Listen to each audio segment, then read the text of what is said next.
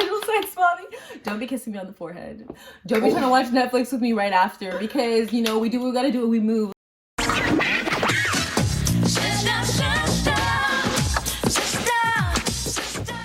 Welcome to the Raise. Okay, a situationship. What is it, you ask? Basically, you're doing everything that you would do that a couple would do, but there's just no title. You guys are seeing each other. Eventually, family, friends get involved. You know, people are like, "Oh, you're hanging out with so and so still." It's more than just dating casually, you know, because at this point you're talking to them every single day. You're seeing each other. It's like pretty obvious that you've invested your time into this person and that you developed a like for them and etc. So, but no title. He's not your boyfriend, and you are not. You are not his girl. You are not his girl. Okay. No title. So if you're in a situationship like this, keep watching. Keep watching.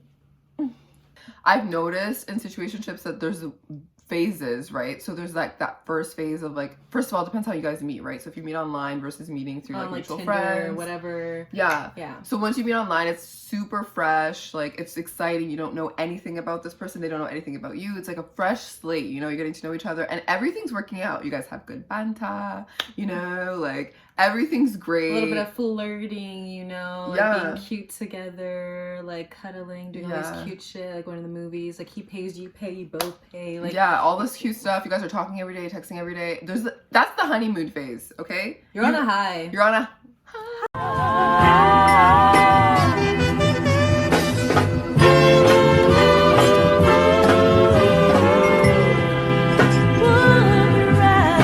you can't even see it coming down. You're just like this. You're just like this is only going up.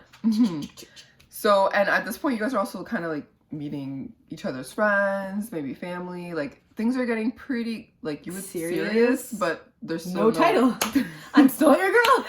No, you're on so you're on this high, right? And 1 month goes by, 2 months, 3 months, 4 months, and during this time you're actually convincing yourself like I like this. Like, yeah, because you do like it. And I think a lot of it has to do with the fact that there's no drama yet. There's no jealousy. There's no why did you like that picture on Instagram? Why is like this person like texting you and calling you? Like, wait, like, so who's your friend that you slept over at her house? And like, you guys have been friends for how many years? And like, so do you think she's pretty?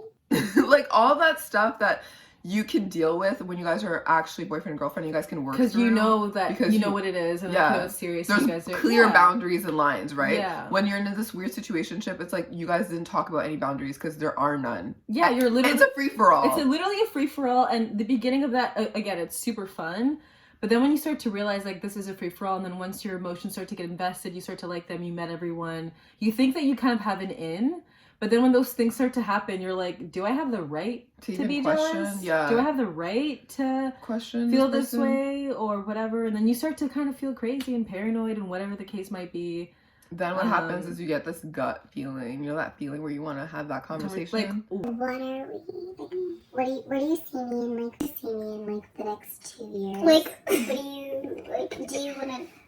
Do you see me in your life? Yeah, you have that feeling like you want to have that conversation, but you're stopping yourself. And the worst part is, if this is not your first situationship, you're pretty much traumatized. You're traumatized. Okay, that's a good word. Yeah, in the past when it's been brought up, it just crumbles. Yeah, and the whole thing gets ruined. And as the time goes on, you're thinking that they'll eventually see my worth and they're gonna want to wife me, so I don't need to talk about it. Yeah, anymore. you're like, let's just keep dragging it on. We'll just keep dragging it on like 8 months later, and you eventually will. And then you start to lose that, and you're like, wait, no, I should have had this conversation way earlier. Yeah, because now it's. But you don't, because again, you're scarred. You're scared, and for you, you've had like 3 situationships.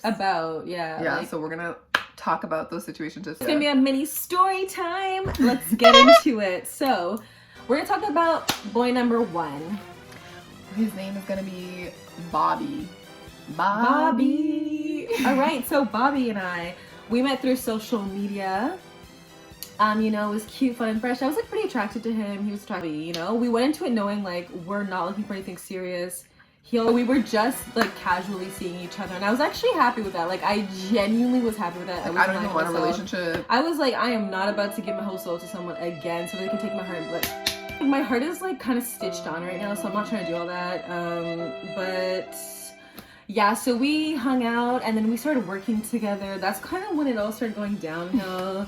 We worked together, we traveled together at like music festivals, so it was like super fun and like lighthearted, like you know. But then he started like flirting with other girls. And People started getting jealous. You know, again, boundaries got blurry, and I was like kind of getting jealous, and I started to like develop a like for him, I think a little bit quicker than he did, or I started to admit it to myself faster than he did. And then he would do things to make me jealous, and I would do things to make him jealous, and I knew that it was making him jealous. And then we were too far gone, and then it just never. Bobby and I. You didn't even really have the conversation of the what are we, because at that point it just made no sense. Yeah, but enter state. Tommy Hilfiger. Tommy Hilfiger.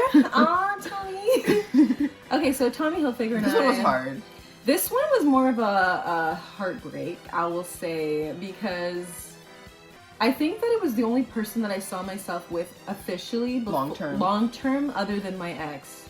For sure, it was Tommy Hilfiger. I was like, I see something, especially Tommy Hilfiger was older. He had a big boy job. Yeah, he was making big boy Even money. me, as her older sister, I was like, this is it.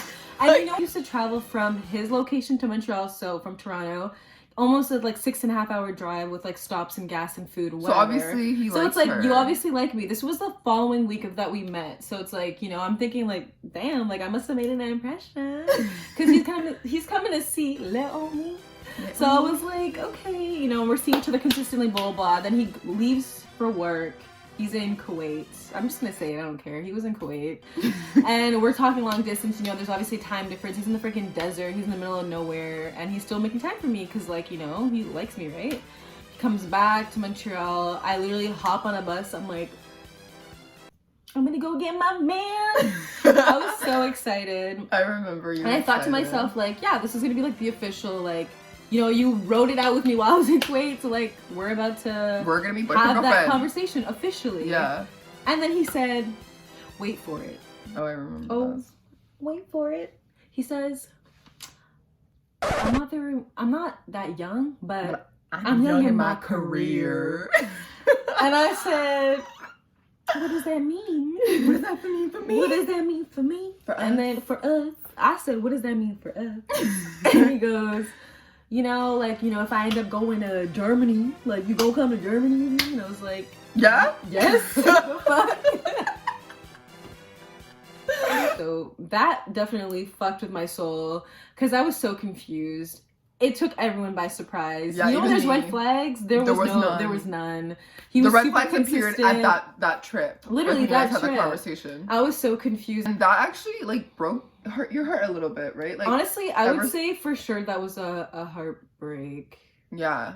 Because I felt like I was dating him. And I was like, this is so frustrating because I know that when people have breakups, they're like, okay, we were dating and this hurt me and they have the right to be broken. But I'm like, this is a situationship because we had no title. But I'm like, I was invested in you. And you were invested in me. So she didn't even feel like she had the right to mourn anything. Yeah, because... And if you are mourning right now a situationship, let yourself feel those feelings. You're allowed. Like, even if it lasted 3 months, if you guys are seeing each other every single day for 3 months talking... Like, that's a big deal. You're allowed to miss that person. And you did build this weird future in your head with that person, as crazy as that might sound. For some. So just, like, let yourself be sad and then... keep it pushing, okay? Don't start spiraling into this oh woe is me thing. But yeah, and then after that, I remember you met another person, like another situation. So this is gonna be the third one. It took some time, and actually it took me like quite a bit of time to get over Tommy Hilfiger. And then I ended up traveling. I saved up my coin. I went to like Indonesia, and then I came back, lived in BC for a little bit, and then I ended up saying like, I actually want to stay here longer and see like, yeah, what the city has to offer. What the city has to offer. So I meet, let's call him Patty. So I meet Patty Boy. Guys, we're doing picnics. This is like, it was almost like a summer love kind of vibe, you know, like cute picnics. It was like so beautiful because like I know they call it Vancouver, but there was no rain ever. Like it was always sunshine. the right amount of humidity. Like it was good. Like it was just perfect. You know, we went on bike rides together. Why is my Tinder fling buy me a rose? I'll wait. Why is my Tinder fling dropping me off at my hair appointments, dropping me off at work, picking me up from work when he just saw me that day when he dropped me off at work. He's making cheese and crackers for picnics. He's making cheese and crackers for picnics, picking out delicious wine. We're going to breweries together. We're watching live music and guitars and like. Basically, Why did I meet his dad? Oh my god, I forgot about that. Shake. Why are you why do you guys do that? You're in a situationship. Why do you have to involve parents and If friends? you know you're not where you are, that if you're not ready to be in a relationship. Why? Or if you know that it's Why? probably not going to work out long term, and you make sense of it, because I feel like once parents and especially like, okay, I guess like with friends it's more different, possible. but parents. But like, and also too, his dad was not even living there at the time. His dad flew in, To and visit he went him. out of his way to be like, come to this bar, and like, I want you to meet my dad. Why is my Tinder fling talking to me about traveling to Europe to go see him? So, you know, this wasn't just like a 1-second conversation. And for so long, I was like, yeah, you know what? Like, you're going there for fun. You're going there for school. I don't want to like hold you back. Yeah, she was being an adult about it. the whole thing. I was being very realistic. And I guess realistic. like as I got older, I got a little bit more mature, grew a bit of like a brain. Maybe with all my situationships breaking my heart, I was like, you know what? Like, yeah, the buffoonery was done. Okay. yeah, the buffoonery was done. I was like done being super naive about things.